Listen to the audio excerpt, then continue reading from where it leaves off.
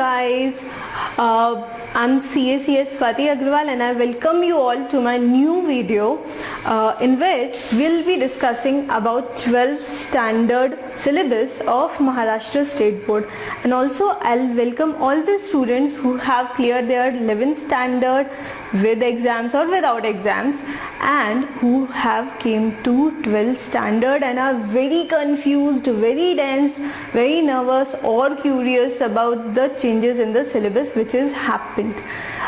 Before beginning with this video, I just want to brief you all little regarding the changes in syllabus. Last year Maharashtra State Board has made a major updation in their 11th standard syllabus for all the subjects, and the main reason for the updation is to get in sync with the current economic scenario.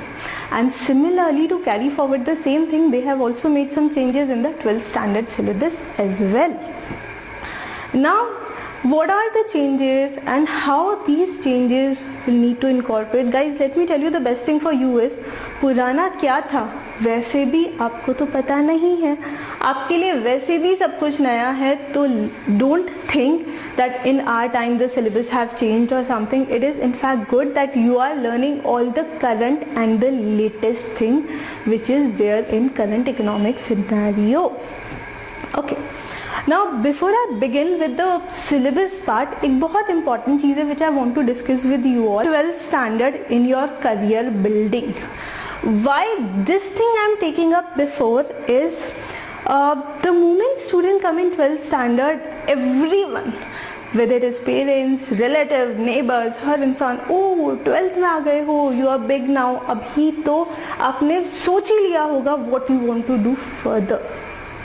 Guys, personally, if you'll ask my opinion, even I would say yes, not at even 12th standard, decision 10th के बाद ही हो जाना चाहिए था, because that is one of the point जहाँ पर हम हमारा stream select करते हैं.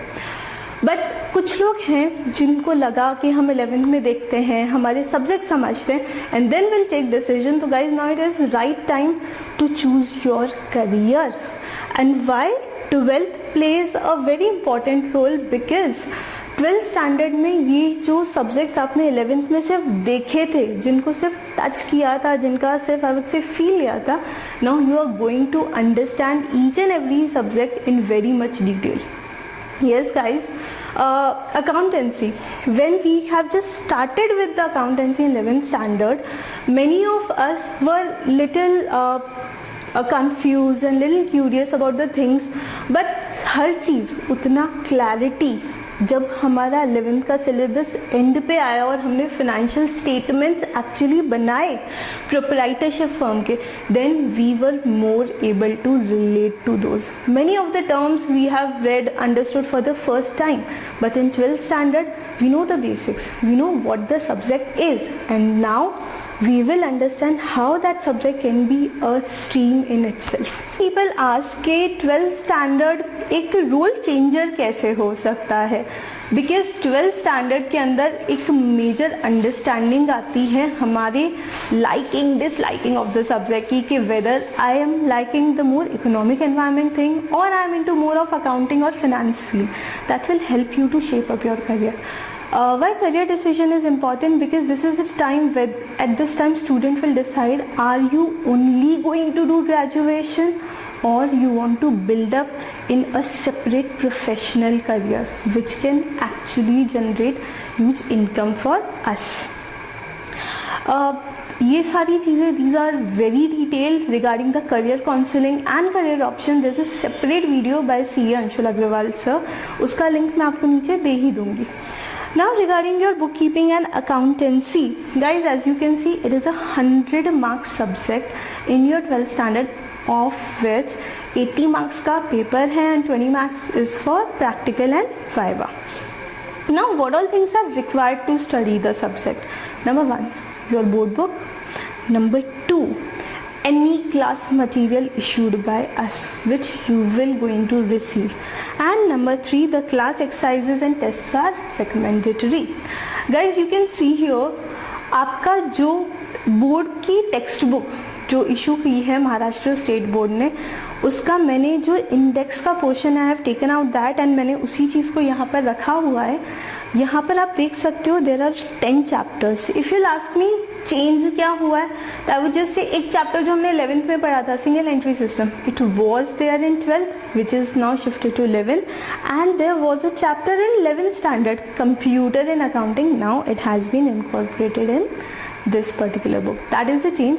इंटरनल चेंजेस बहुत सारे हैं. कंपनीज एक्ट जो पहले वाला पुरानी बुक में था, now it is replace with the latest companies act 2013. Also topic wise topic हम बात करेंगे, but before I begin with this syllabus change I just want to show you one slide जो 11th स्टैंडर्ड के basics में हम सब ने पढ़ी होगी. Can you all see this? यहाँ पर लिखा है हमने types of entities. Now types of entities क्या? अकाउंटिंग पॉइंट ऑफ व्यू से जो बिजनेस ऑर्गेनाइजेशंस है उनको कुछ 5 पार्ट्स में डिवाइड किया जाता है, and as per accounting also as per law also the business entities are divided into 5 parts. पहला पार्ट हम सबको पता है क्योंकि उसके तो फाइनल अकाउंट्स भी हमने सीख लिए हैं, that is proprietorship. Now what is proprietorship? There is only one owner of the business. वही पर्सन बिजनेस हैंडल भी कर रहा है, प्रॉफिट भी पूरा उसका है, और इन केस लॉस होता है तो वो भी उसका है. Proprietorship accounting we all have learned in the 11th standard. Now what are the next things? Now the number 2 is partnership firm. इसके बारे में हमने डिस्कस ज़रूर किया था जब हमने बेसिक्स पढ़ा था. तब partnership firm, when 2 or more people join together to form a business organization. अब इसमें मिनिमम क्या है? 2. मैक्सिमम क्या है? उसके लिए हम जब पार्टनरशिप स्टार्ट करेंगे तब मैं आपको सब बताने वाली हूँ. But yes, the minimum requirement is of 2 persons. So Indian partnership act 1932 इसे गवर्न करता है, और ये आपका मेजर सिलेबस है. Going back to syllabus guys, just have a look. Chapter number 1, Introduction of Partnership and Partnership Final Account. Chapter number 3, 4 and 5, Reconstitution of Partnership, which is Admission, Retirement and Death. And chapter number 6, that is Dissolution of Partnership Firm. ये जो 5 chapters है, chapter 2 नहीं है हाँ इसमें, apart from chapter 2 बचे जो 5 chapter हैं 1 to 6 के बीच में, these are all relating to this partnership organization only. और क्या मैम, एंटिटीज से रिलेटेड और भी कुछ है क्या हमारे सिलेबस में? यस. 11th में हमने प्रोप्राइटरशिप की अकाउंटिंग सीख ली थी. अब 12th में हम लोग पार्टनरशिप सीखेंगे. अकाउंटिंग पॉइंट ऑफ व्यू से मेजर डिफरेंस क्या है? अकाउंटिंग पॉइंट ऑफ व्यू से मेजर डिफरेंस ये है, जब एक ओनर होता है तो उसके बिजनेस को छोड़ने पे बिजनेस बंद हो जाता है. बट पार्टनरशिप में जहाँ 2 से ज़्यादा लोग होते हैं, अगर कोई नया पर्सन भी पार्टनरशिप ज्वाइन करना चाहता है तो उसके लिए भी हमें अकाउंटिंग में चेंजेस करने पड़ते हैं. कोई एग्जिस्टिंग पार्टनर अगर रिटायर हो जाता है या उसकी डेथ हो जाती है तो उसके लिए भी अकाउंटिंग चेंजेस करने पड़ते हैं. सो business continues, people come and go. Understood? And that is the reason यहाँ पर सिर्फ पार्टनरशिप फाइनल अकाउंट्स नहीं है, उसके अलावा रिकॉन्स्टिट्यूशन भी है. Now moving towards next set of entities, limited liability partnership, as we have already discussed, it is a mid organization between the partnership firm as well as companies. Partnership firm में जहाँ unlimited liability होती है वहाँ पे वो जो major drawback होता था उसे रिजॉल्व करने के लिए LLP फॉर्म हुआ. कंपनीज जहाँ पर मेजर लीगल वर्क के कारण लोग परेशान होते थे उसको भी सॉर्ट डाउन करने के लिए LLPs फॉर्म होते हैं. LLP की अकाउंटिंग बहुत डिफरेंट नहीं होती है, तो वो फिलहाल आप लोग के सिलेबस में नहीं है. We will move to next type, that is companies, joint stock companies. Companies act 1956 used to be in the previous syllabus. Now what you will going to learn is Companies Act 2013. Okay अब company से related हमारे syllabus में कुछ है क्या? तो just have a look. Chapter number 8, companies account का basic beginning issue of shares is there in your syllabus. And the last type of entity is not for profit organisations और trust. ऐसे business organisation जो कुछ business transactions तो कर रहे हैं पर ये ट्रांजैक्शंस प्रॉफिट मोटिव के साथ नहीं हो रहे हैं. These are not for profit, right? And this is your chapter number 2. Okay, so we understood 1 2 till 6 and हमें पता चल गया 8 है company accounts. What about others? So before moving ahead guys, एक और स्लाइड देखनी पड़ेगी हमें. Do you remember this accounting process? Yes, right from event to transaction. इस ट्रांजैक्शन में what are the accounts involve, identify accounts and so on. हमारा वो process आ जाता था प्रिपरेशन ऑफ फाइनेंशियल स्टेटमेंट पे, जो हमने 11th स्टैंडर्ड में सीख ही लिया. Financial statements of a proprietorship firm we have already learn, but जो लास्ट स्टेप था ना वो अभी भी मिसिंग था. That is analysis of financial statement which we have not covered so far in 11th standard, क्योंकि 11th के अंदर हमने फाइनेंशियल स्टेटमेंट्स ही बनाए थे. But analysis itself is very important, because profit हुआ है वो तो ठीक है, पर लास्ट ईयर से कितना ज़्यादा प्रॉफिट हुआ है that is very important to understand. So ये एनालिसिस हम लर्न करते हैं in ratio analysis which is now there in your syllabus. So chapter number 9 is regarding analysis of financial statements. Now moving towards the last chapter. काफ़ी लोग 11th standard में specially जब ledgers करते थे तो पूछते थे कि क्या ये लेजर्स हमें बनाने पड़ेंगे मैनुअली हमेशा? Is it actually possible to record thousands of transaction and do accounting and do posting? So उस समय हम लोग डिस्कस करते थे नहीं, there are softwares and this chapter is taking you to that particular e learning. So this is the part of your syllabus discussion.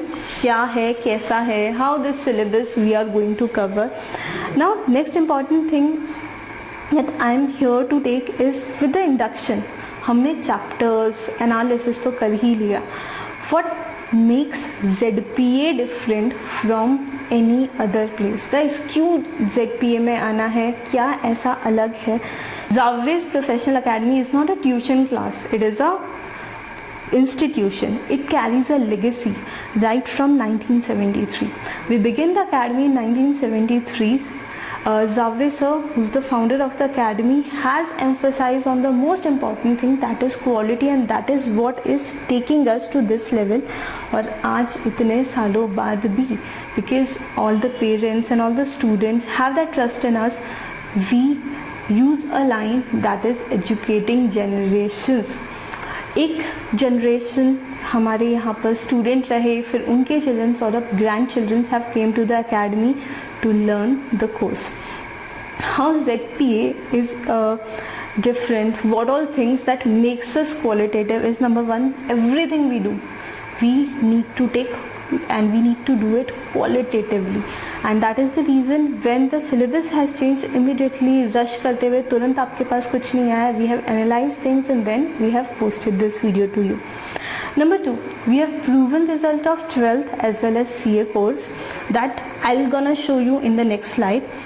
The state of art and infrastructure, we have reading room facilities, library and many other things. And next is the experience of senior teacher. We are so blessed to be having experienced and knowledge of senior teacher that all the young teachers use it and use innovation techniques.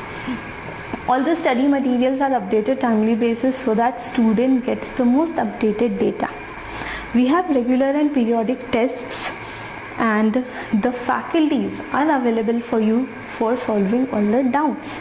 Now how we are available to solve your doubts even if when class is not there? So we create a WhatsApp group on which we do discuss questions, we do post things, and we do solve all the doubts. We have regular parents and teacher meeting also, and the reason is simple. It's not about complaining, it's more about चाहे आपके parents हैं या teachers हैं, हम सबका एक ही motive होता है स्टूडेंट का ग्रोथ, आप लोगों का ग्रोथ, और उस ग्रोथ के लिए एक regular discussion is required. So we do meet your parents, and बच्चों के लिए सबसे important, all study no play make you all a dull boy. So we plan picnics, stage celebration and other activities. Guys, let me tell you, if this situation wouldn't have been there, तो इस time पे हम लोग हमारा day celebration ही plan कर रहे होते. But never mind, जो भी सिचुएशन है कभी तो जाकर एंड होगी, and let us hope for the best that it end soon. And then ये जो भी चीज़ें अभी नहीं हुई है वो सिर्फ पोस्टपोन हुई है, will take it again and will do all the celebrations. I was telling about results, guys, you all can see ये हमारे पिछले सालों के कुछ प्रूवन रिजल्ट्स हैं. Getting full marks is a kind of story that has been repeating on year to year basis, and let me just show you a miracle. काफ़ी parents का concern होता है क्या बच्चे एक टाइम पे 2 कोर्सेज कैरी कर सकते हैं, क्या 12th के साथ कुछ और करना चाहिए या नहीं. We had this discussion lot of times. Guys you can see the result. जो बच्चे CPT CA फाउंडेशन कर रहे थे और उनके साथ जिन्होंने 12th स्टैंडर्ड किया है, उनके 12th के रिजल्ट्स भी बहुत अच्छे हैं और CA के रिजल्ट्स भी बहुत अच्छे हैं. हम लोग खुद अपने बारे में बहुत ज़्यादा नहीं कहेंगे. You can C times education icons ने जावरेज प्रोफेशनल एकेडमी को one of the most prestigious coaching centre, Pune का बेस्ट कोचिंग सेंटर का अवार्ड दिया है, and the award have continued for 2 years. Now what makes us good? ऐसी क्या चीज़ें हैं जो हम लोग फॉलो कर रहे हैं और जिसके कारण रिजल्ट्स इतने अच्छे आ रहे हैं? तो दीज आर द 5 स्टेप्स. ये जो 5 स्टेप है ये है आपके steps to success. Number 1, pre preparation. Now what is pre preparation? Before you come to the class, there are some of the things which is discussed by the professors or teachers in the class that you need to do at home. So उसको आपको घर से prepare करके class में आना है. Classroom study is obviously there, and then we have post preparation, that is your home assignments, homeworks and everything that you do. Testing and analysis form a very important part, because जब तक हम test नहीं करेंगे तब तक हमें भी पता नहीं लगता कि where are we lacking. And the last is the test series. जो एग्ज़ाम आप देने वाले हो उसी की तरह एक एग्ज़ाम आप घर पे दे रहे हो और वो सारी चीज़ें आप समझ रहे हो. These are the few things जिसे हम और डिटेल में बाद में भी डिस्कस करेंगे. Your role in the class. Guys, accounts जैसा सब्जेक्ट अगर है तो you need to be fully equipped whenever you are sitting for the lecture. चाहे वो क्लास में हो, चाहे वो घर पे आप ऑनलाइन क्लासेस देख रहे हो. Guys, take your register with you, take pencil, eraser, sharpener, all the basic stationery, because यहाँ पर आपको अकाउंट्स बनाने हैं. Be disciplined. Self discipline is most important. And homework कीजिए, पढ़ाई कीजिए, सेफ रहिए. These are my details. You can actually take it down with you. Hey guys, all the best. Stay safe, stay home, and I'll meet you again in the next video. Thank you.